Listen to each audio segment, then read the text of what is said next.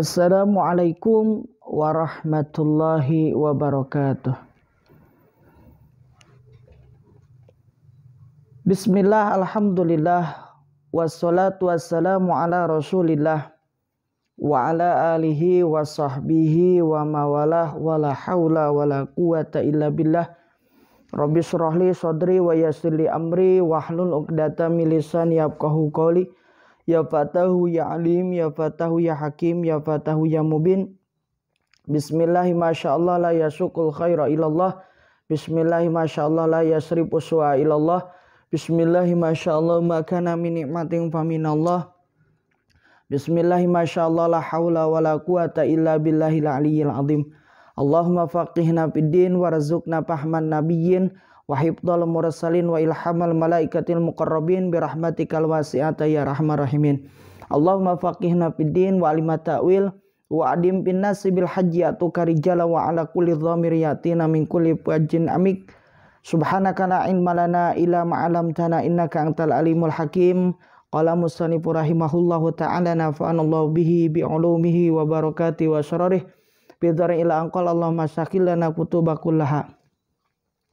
Pemirsa dimanapun Anda berada, puji serta syukur kita panjatkan kehadirat Allah Subhanahu wa Ta'ala yang Maha Ghafur. Salawat serta salam senantiasa terlimpah curah kepada junjungan kita Nabi besar Muhammad Sallallahu Alaihi Wasallam. Tak lupa kepada keluarganya, sahabatnya, mudah-mudahan sampai kepada kita selaku umatnya. Amin ya Allah ya Rabbal Alamin. Pemirsa dimanapun Anda berada, Allah Subhanahu wa Ta'ala telah memberikan nikmat kepada kita, nikmat yang sangat besar, yaitu nikmat iman dan Islam. Alhamdulillah dengan kudrat dan iradat Allah, dalam kesempatan yang berbahagia ini kita diberikan oleh Allah Subhanahu wa Ta'ala kenikmatan berupa keimanan yang alhamdulillah dalam saat ini kita dapat bersama-sama untuk menuntut ilmu agama, baik dimanapun itu wasilahnya. Yang utama adalah kita diberikan hidayah dan inayah oleh Allah dalam ketaatan kepada Allah Subhanahu wa Ta'ala. Baik pemirsa dimanapun Anda berada, dalam kesempatan yang berbahagia ini seperti biasa kami akan melanjutkan kajian kitab Syu'bul Iman di dalam channel kami Rumah Ngaji Online. Bisa sahabat-sahabat mengikutinya dengan subscribe dan sebarkan video ini, serta ikuti terus channelnya untuk berbagi sharing tentang ilmu-ilmu agama yang bersumber daripada kitab-kitab para alim ulama yang sanadnya terus bersambung sampai kepada Rasulullah Shallallahu Alaihi Wasallam. Pemirsa dimanapun Anda berada, kita masuk kepada cabang iman yang ke-54. Cabang iman yang ke-54 adalah rasa malu kepada Allah. Rasulullah Shallallahu Alaihi Wasallam bersabda di dalam hadisnya, al-haya'u minal iman. Adapun rasa malu itu termasuk daripada sebagiannya keimanan. Malu kepada Allah termasuk daripada bagian keimanan kepada Allah. Diriwayatkan dari Abdullah bin Mas'ud bahwa Nabi SAW bersabda, istahyu minallahi haqqal haya. Qala faqulna ya Nabi Allah, inna nastahyi. Qala laisa dzalik walakin man istahya minallahi haqqal haya fal yahfad ra'sa wa ma hawa wa mal batna wa ma wa'a wal farja wal yadaini war rijlain wal yadhkuril mauta wal bila wa man aradal akhirata taraka zinatal hayatid dunya wa tharal akhirata 'alal ula. Faman fa'ala dzalika faqad istahya minallahi haqqal haya. Di dalam hadis Nabi Shallallahu Alaihi Wasallam beliau bersabda, malulah kamu kepada Allah dengan sebenarnya. Ibnu Mas'ud berkata, kami berkata, wahai Nabi Allah, kami sungguh malu. Nabi berkata, malu itu bukan yang dimaksud demikian. Orang yang malu kepada Allah dengan sebenarnya hendaknya menjaga kepala dan yang berada di sekitar kepala, menjaga perut dan apa yang masuk ke dalam perut, menjaga kemaluan, dua tangan dan dua kaki, dan hendaklah ia mengingat mati dan kehancurannya. Barang siapa yang menginginkan akhirat, niscaya ia akan meninggalkan perhiasan kegemerlapan hidup di dunia dan lebih mementingkan mementingkan akhiratnya daripada dunia. Barang siapa yang melakukan hal tersebut, maka sungguh ia telah malu kepada Allah Subhanahu wa taala dengan sebenar-benarnya malu.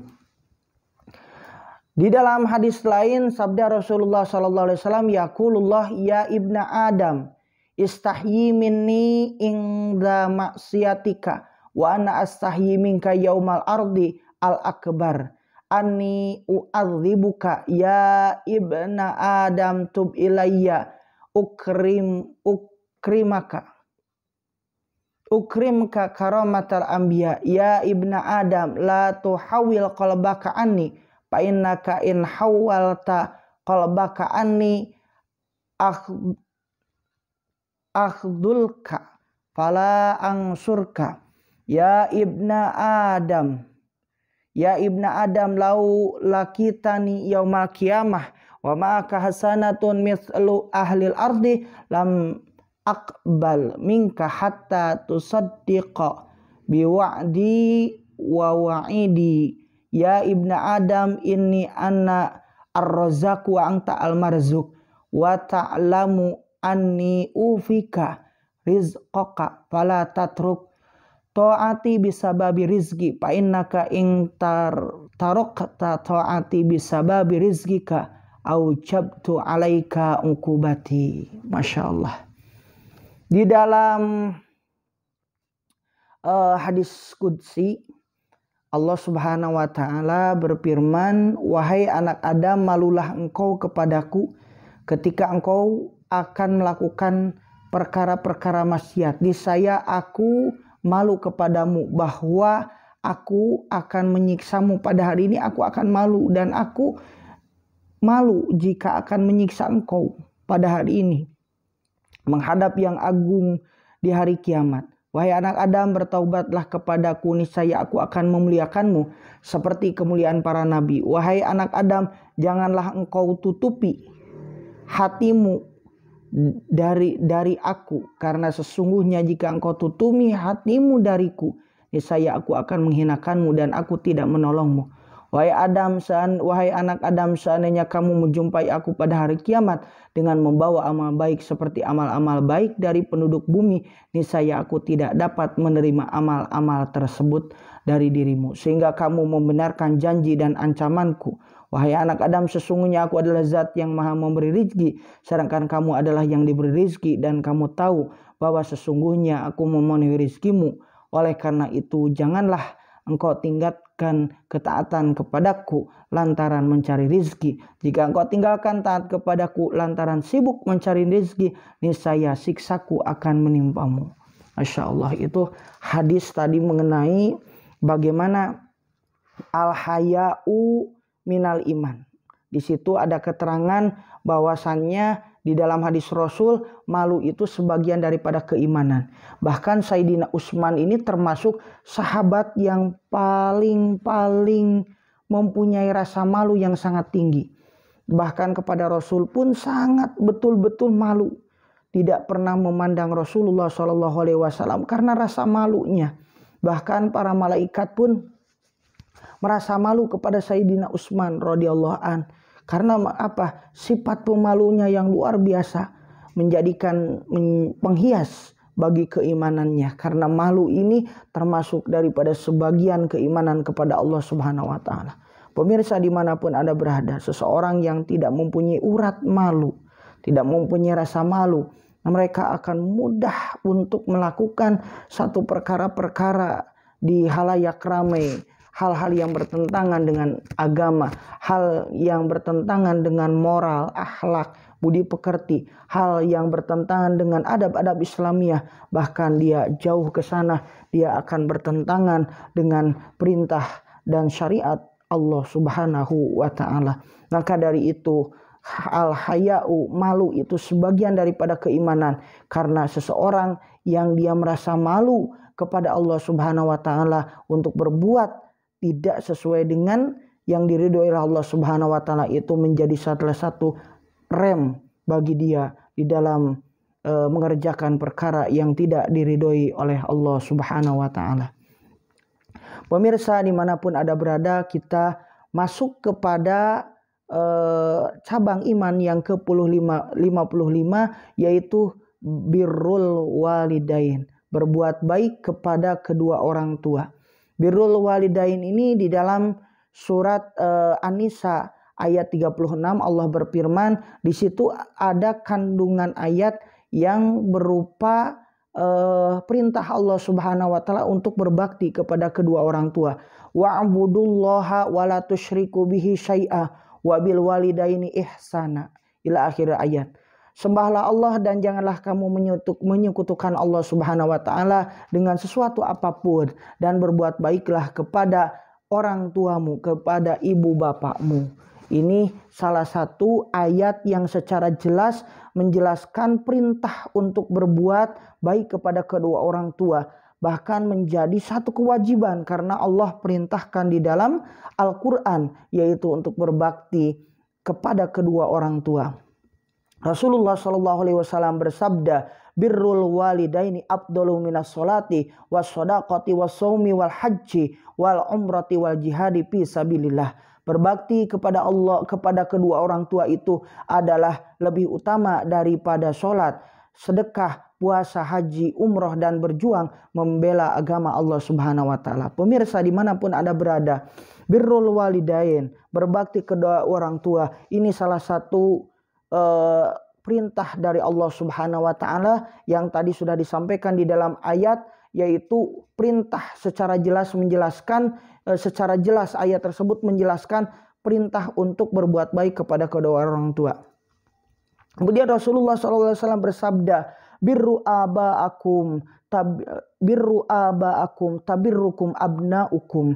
Birru aba'akum, berbuat baiklah kalian kepada orang-orang tua kalian, kepada ibu bapak kalian, tabirrukum abna'ukum, maka akan berbuat baiklah anak-anak kalian kepada kalian. Jadi begini, di dalam hadis tersebut perintah untuk secara jelas, perintah dari Rasulullah untuk berbuat baik, berbakti kepada kedua orang tua menjadi sebab kita ini akan apa? Akan ditaati, akan dibalas dengan perbuatan baik daripada anak-anak kita. Ketika kita mau berbuat baik kepada orang tua, kita baik hubungan dengan orang tua, maka anak-anak pun akan baik, akan berbakti kepada kita. Sebaliknya, kalau seandainya kita ini durhaka, uququl walidain, kepada siapa? Kepada orang tua, maka na'udzubillah, anak-anak kita pun tidak akan berbakti kepada kita. Karena apa? Ini sudah menjadi sunatullah. Ketika tadi Rasulullah katakan, ketika kamu berbuat baik, kita semua berbuat baik kepada kedua orang tua, otomatis anak-anak kita nanti Allah akan gerakan untuk berbuat baik kepada kita semua. Pemirsa dimanapun Anda berada, berbuat baik kepada kedua orang tua ini menjadi satu landasan akan baiknya daripada keturunan kita.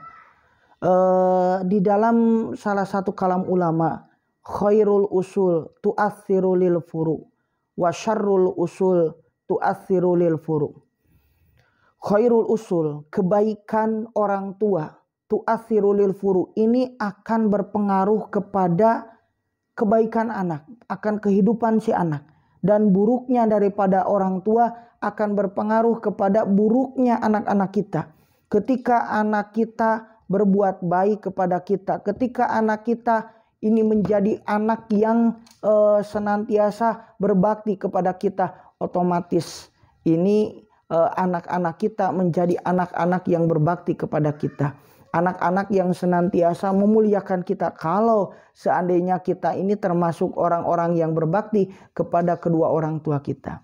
Jadi ketika kedua orang tua kita, kalau kita kedua orang tua diperlakukan baik oleh kita, insya Allah anak-anak kita akan berbuat baik kepada kita. Ketika kita berbuat baik, maka akan berpengaruh apapun itu. Ketika orang tuanya rajin sholat, anaknya pun akan rajin sholat. Ketika orang tuanya rajin baca Quran, anaknya pun sama. Ketika orang tua rajin menuntut ilmu, anaknya pun sama akan menuntut ilmu. Begitupun orang tua yang rajin, ahli sedekah, ahli berbuat baik, maka insya Allah anaknya pun akan tadi rajin menjadi orang yang ahli berbuat baik. Maka kita senantiasa berdoa. Yang pertama berbuat baik kepada kedua orang tua.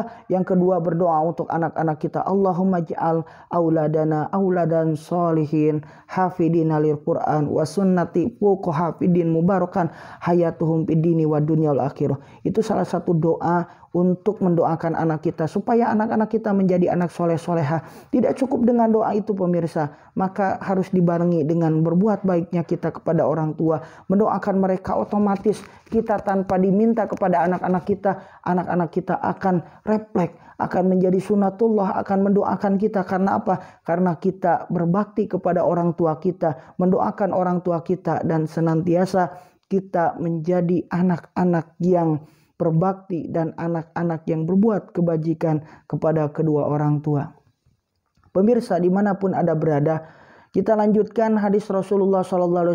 Ma'ala ahadin idza arada ayyatasaddaqa bisadaqatin ayaj'alaha liwalidayhi idza kana muslimaini fayakunu liwalidayhi ajruha wa yakunu lahu mithlu ujurihima min ghairi ayang kusa min ujurihima syai'un.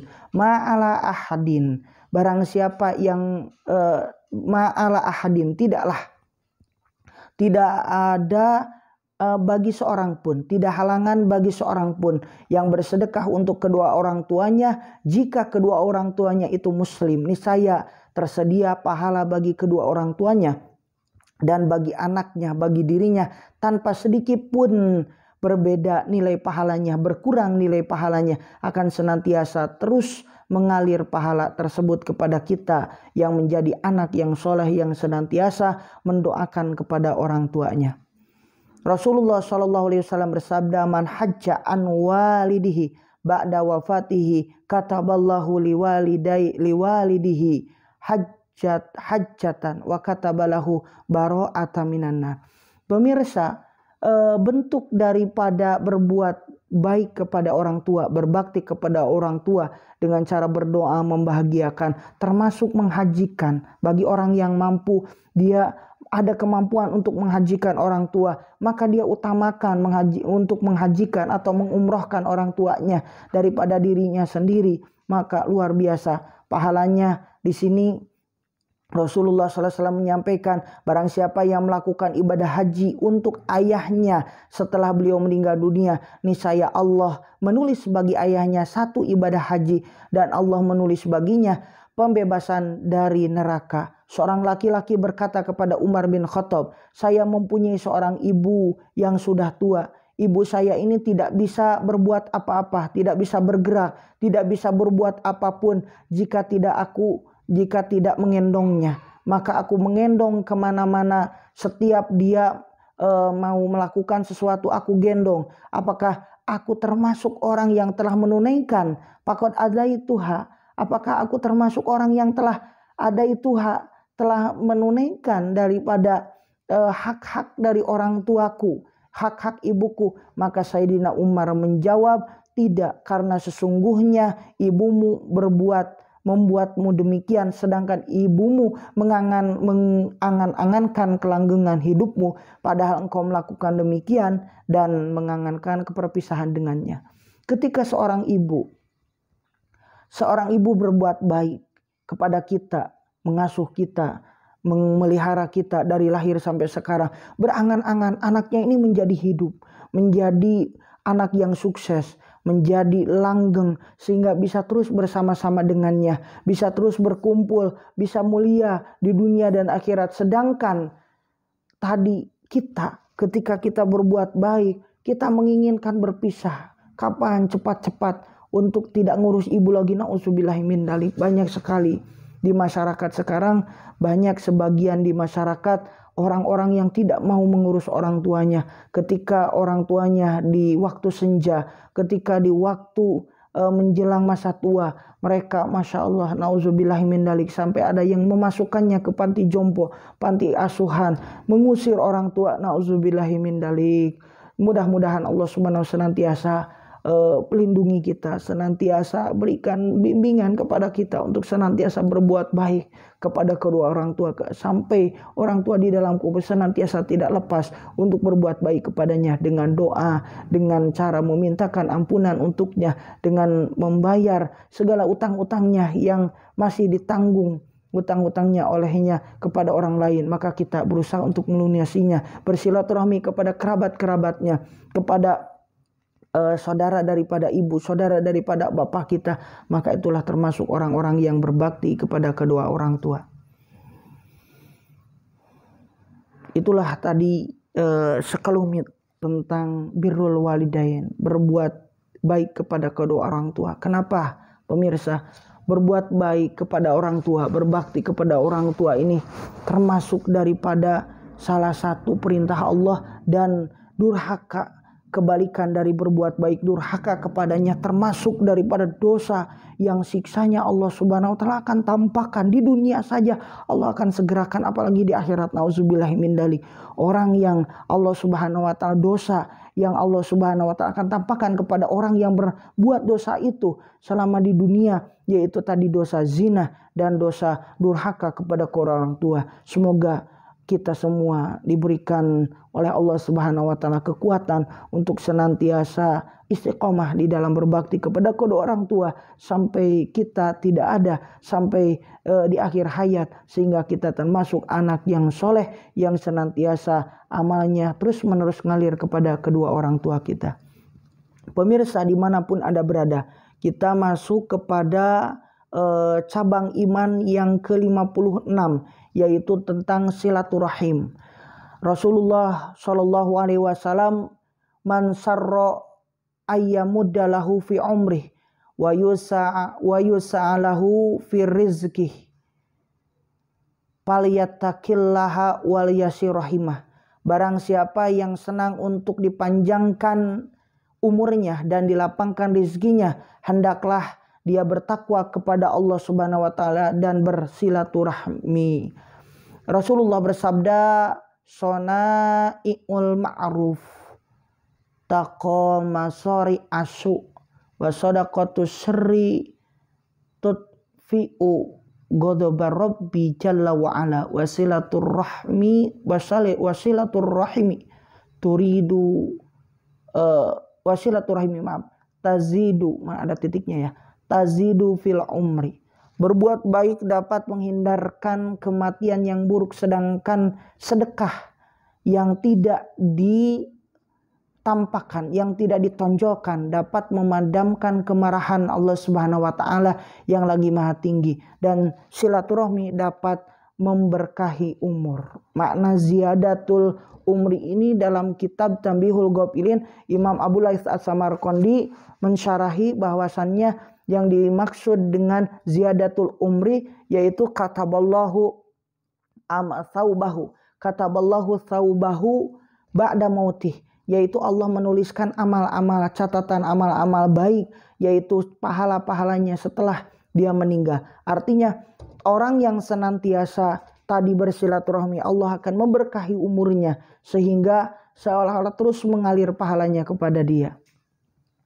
Dan termasuk tadi orang-orang yang bersilaturahmi adalah orang-orang yang menjalankan perintah Rasulullah SAW.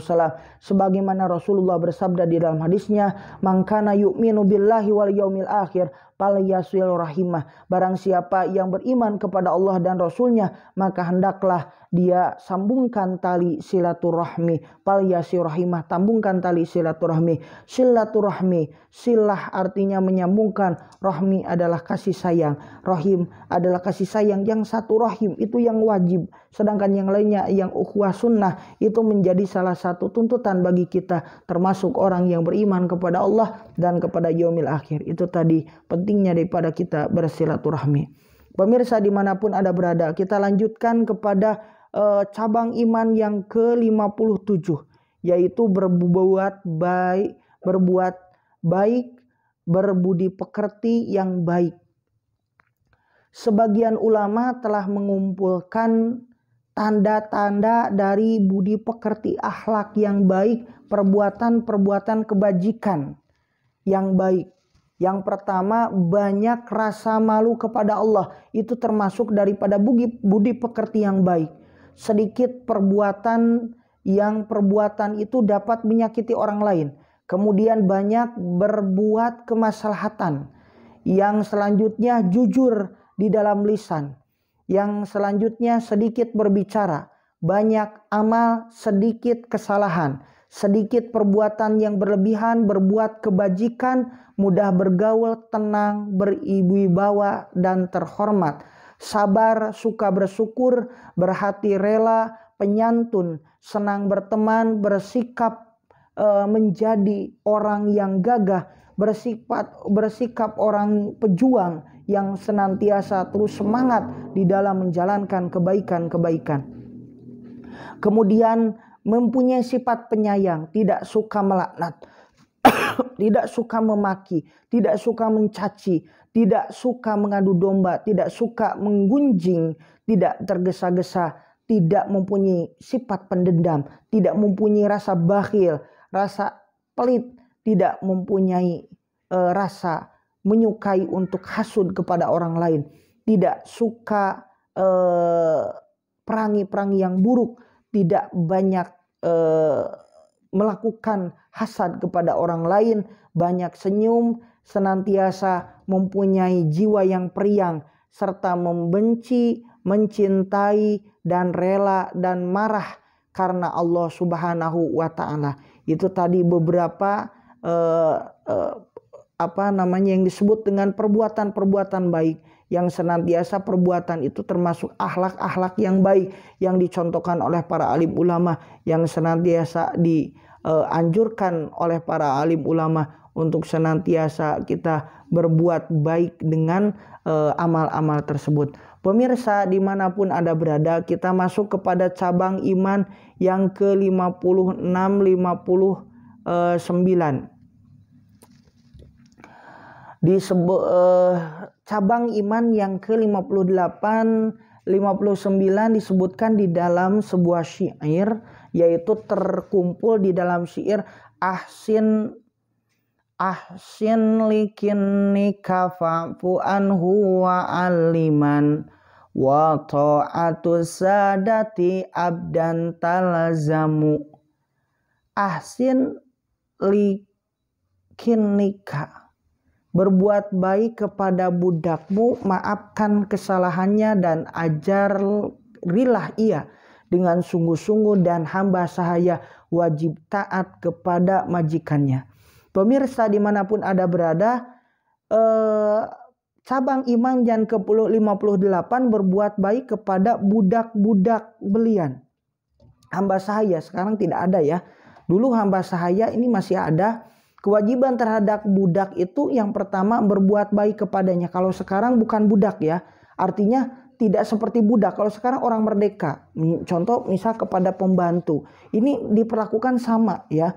Artinya diperlakukan sama itu mempunyai hak untuk berbuat baik kepada mereka ya. Walaupun tidak sama dengan budak. Mereka ini orang merdeka.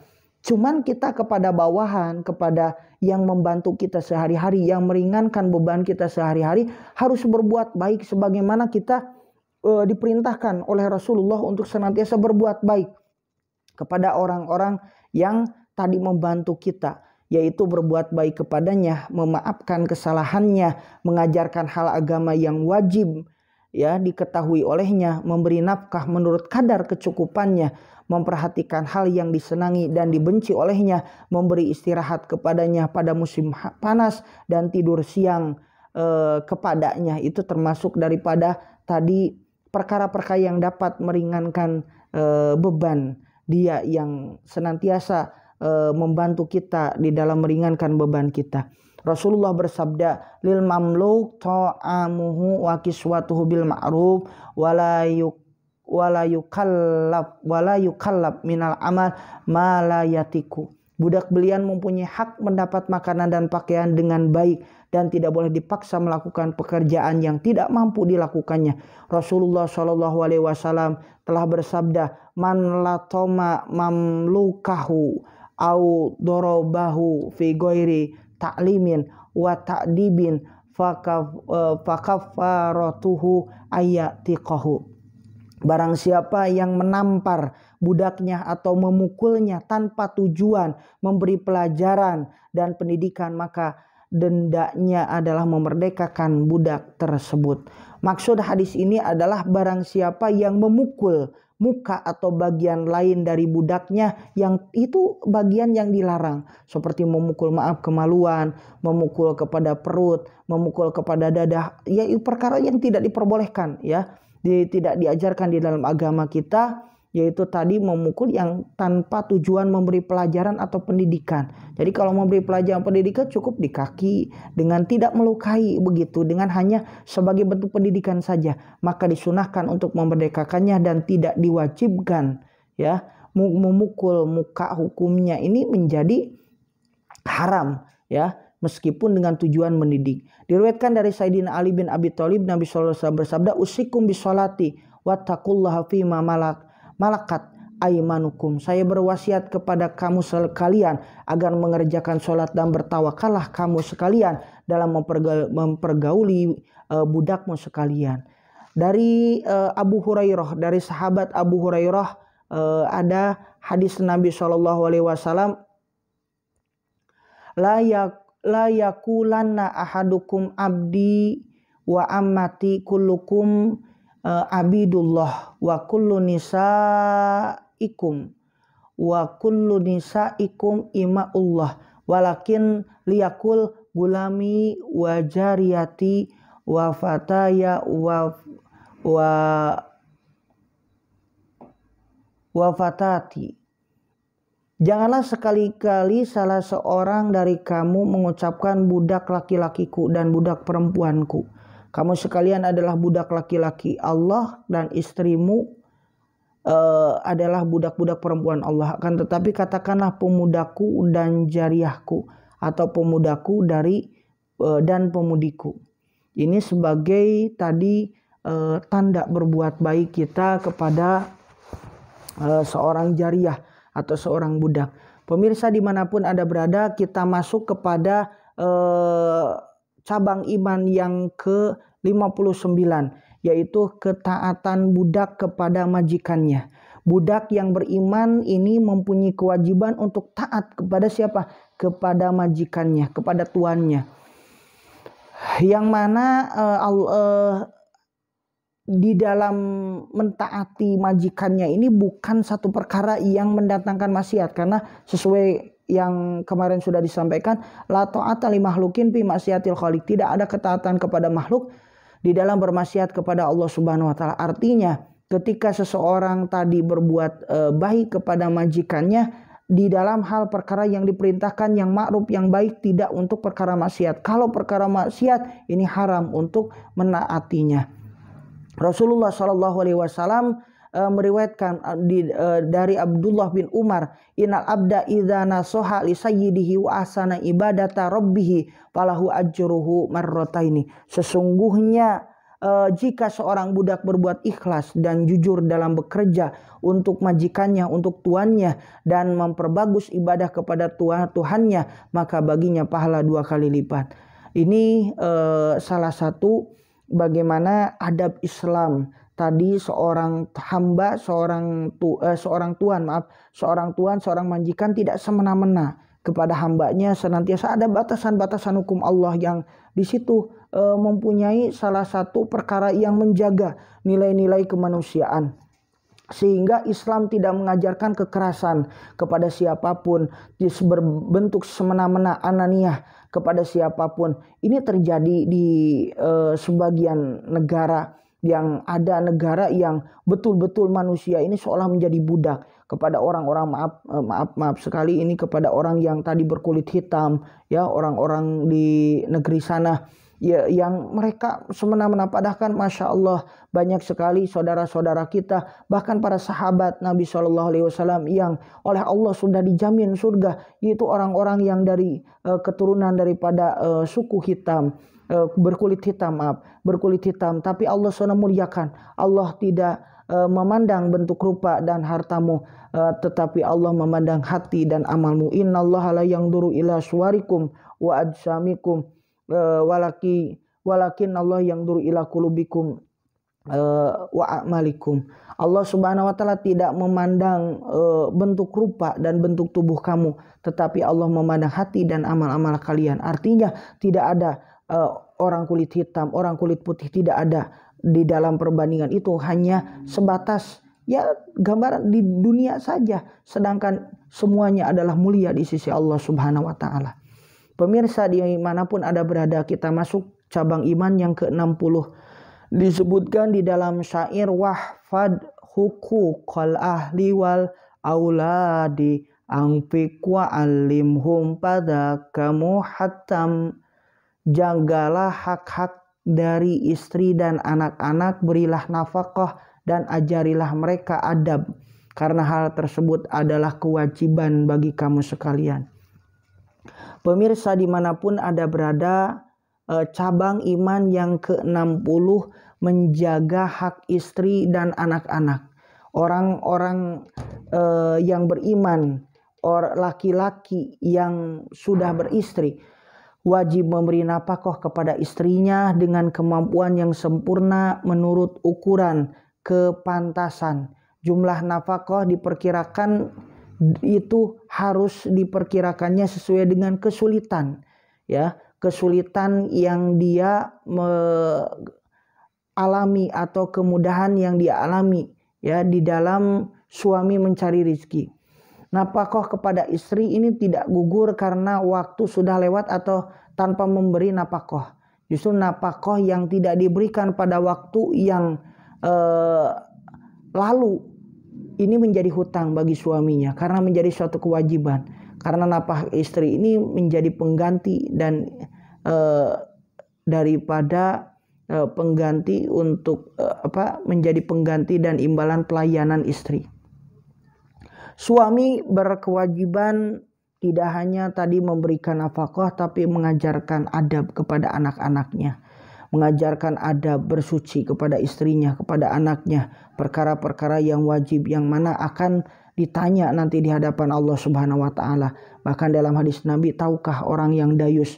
Dayus itu orang yang tidak akan mencium bau surga. Masuk saja tidak, mencium bau surga tidak, apalagi masuk ke dalamnya. Siapa itu? Yaitu dayus. Siapa itu dayus?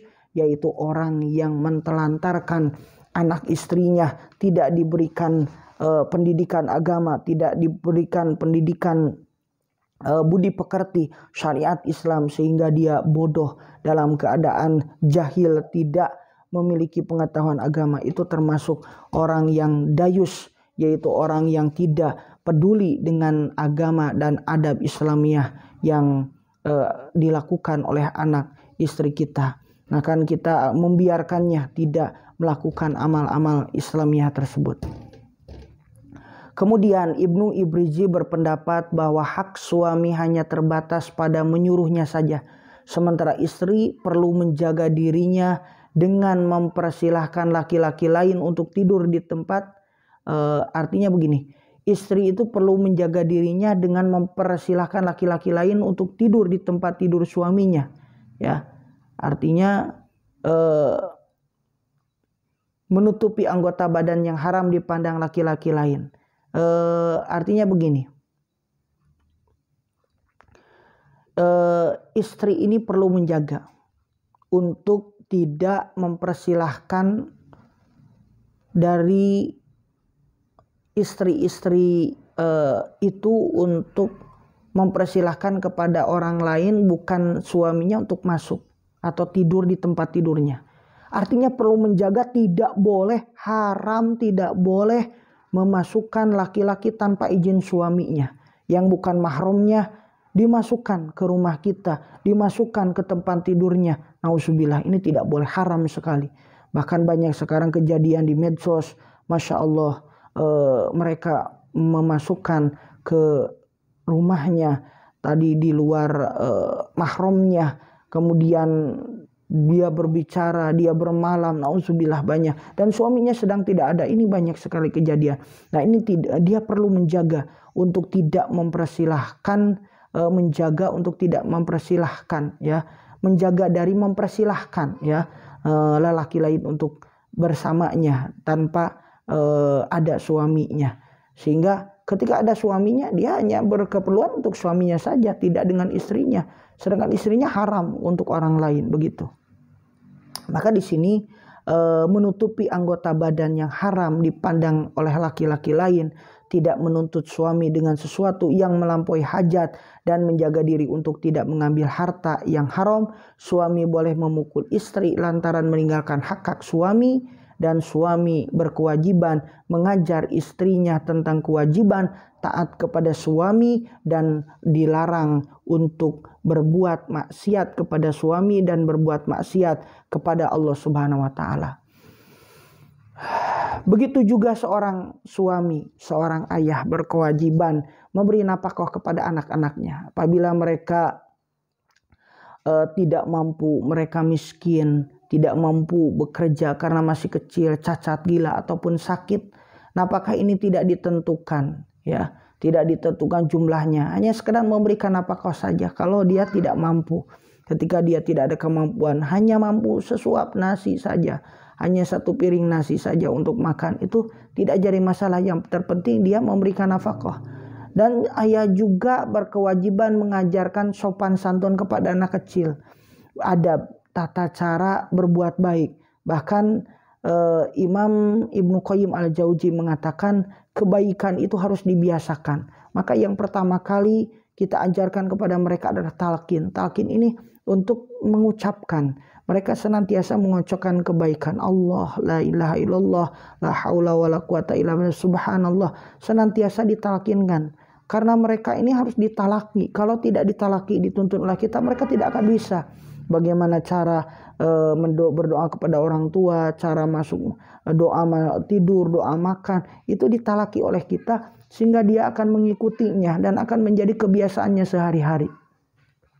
Dan menjadi salah satu kewajiban memerintahkan mereka untuk memerintahkan untuk sholat pada umur 7 tahun dan 10 tahun diperintahkan untuk sholat. Jika tidak, maka berhak untuk memberikan peringatan, yaitu tadi dengan pukulan, yang mana betul-betul membimbing mereka di dalam ibadah kepada Allah Subhanahu wa taala, menuntun mereka di dalam ibadah kepada Allah Subhanahu wa taala, dan menjauhkan mereka dari perbuatan-perbuatan yang mana perbuatan yang durhaka dan berdusta, melakukan dosa besar serta larangan-larangan Allah Subhanahu wa taala. Dia wajib memberi nama yang baik.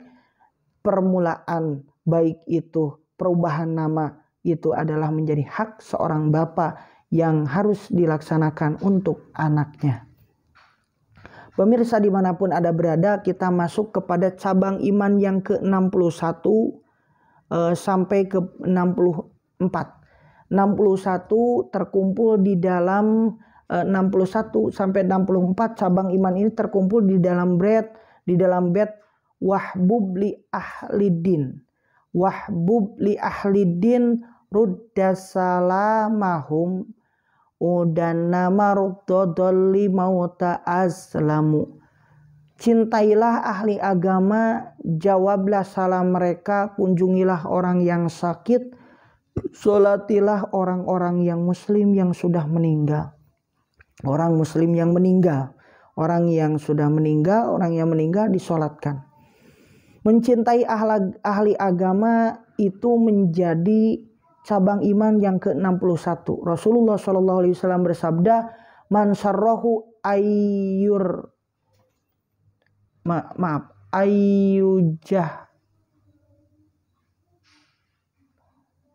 ayyujah jaha anin nari wayud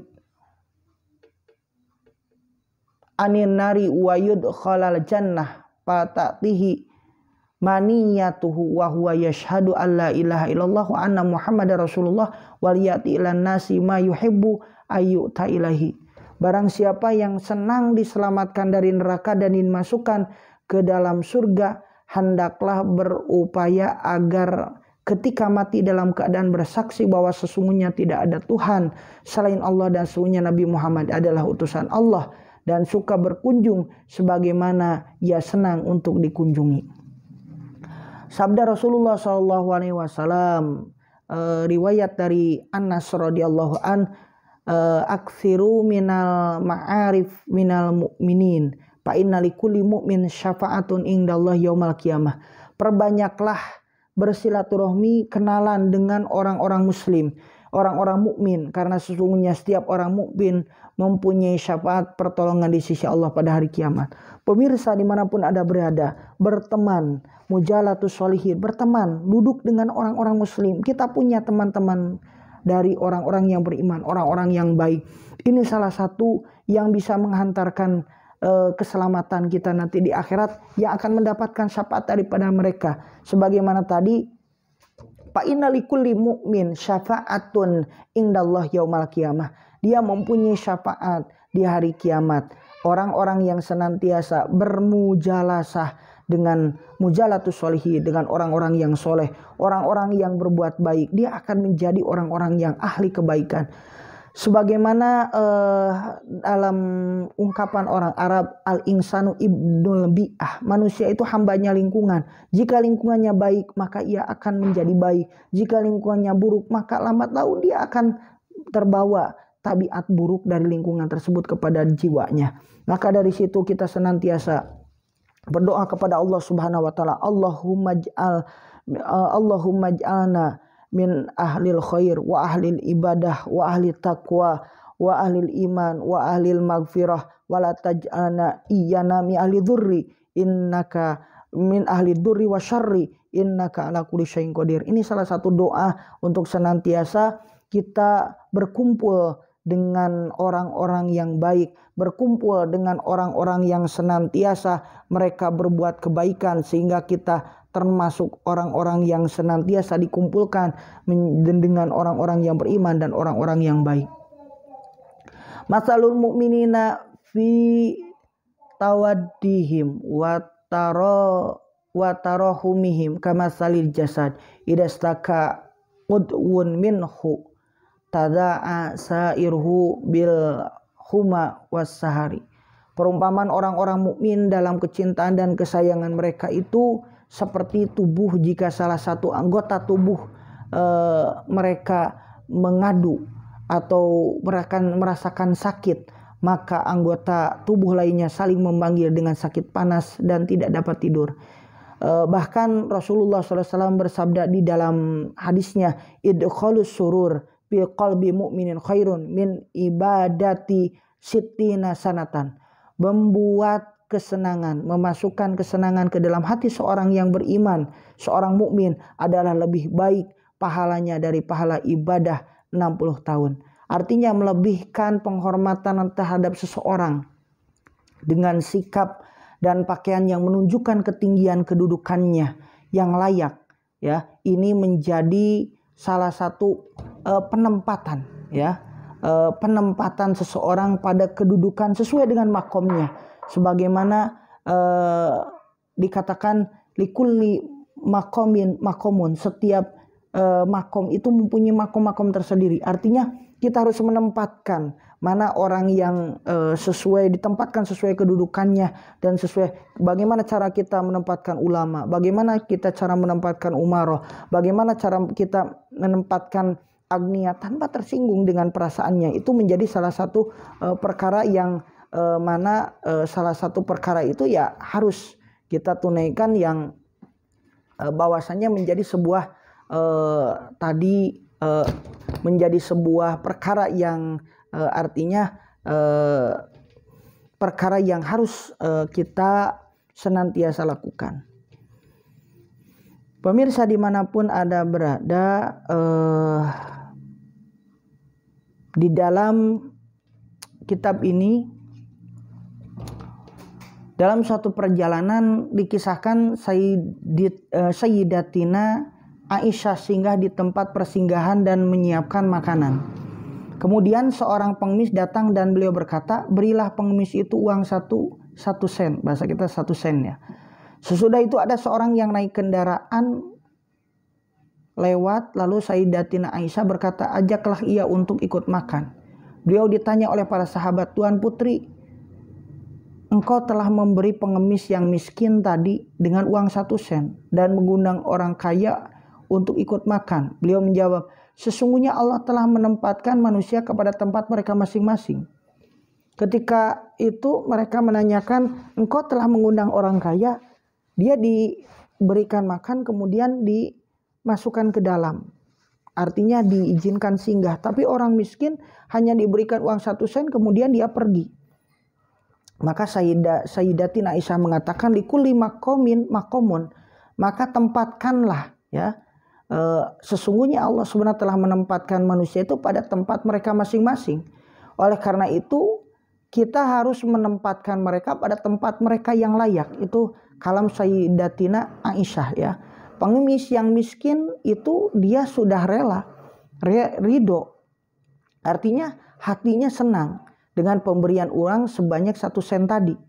Tetapi buruk bagi kita untuk memberi orang yang keadaannya seperti orang kaya tadi ya, dengan uang yang 1 sen kemudian dipersilakan pulang. Itu sangat betul-betul menyinggung perasaan. Tapi ketika kita tadi mengundang, itu sesuai dengan makomnya sendiri, menempatkan seseorang sesuai dengan makomnya sendiri. Itu menjadi satu akhlakul karimah di dalam Islam dan menjadi salah satu cabang daripada cabangnya iman. Pemirsa, alhamdulillah, dimanapun Anda berada, ya Allah. Kita lanjutkan ke cabang iman yang 62, menjawab salam orang-orang yang muslim. Menjawab salam orang-orang yang muslim, idza sallamal muslimu alal muslim faradda alaihi sallat alaihi al malaikatu sab'ina marratan.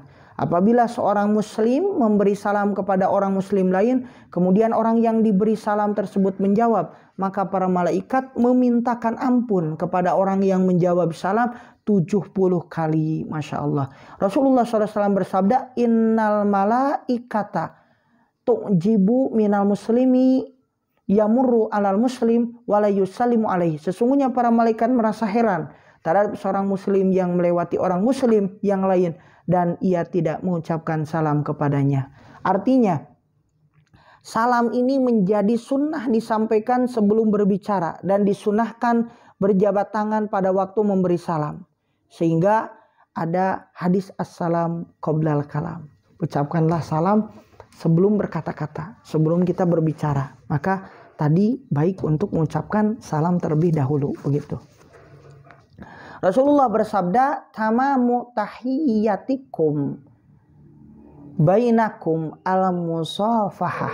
Kesempurnaan salam di antara kamu sekalian adalah dengan berjabat tangan. Artinya berjabat tangan ini menjadi salah satu kesunahan yang disampaikan oleh Rasulullah. Bahkan di dalam hadis lain, apabila seorang mukmin bersalaman, bermusafahah ya, bersalam berjabat tangan, maka dosanya itu diampuni berguguran selama tangan itu belum dilepas.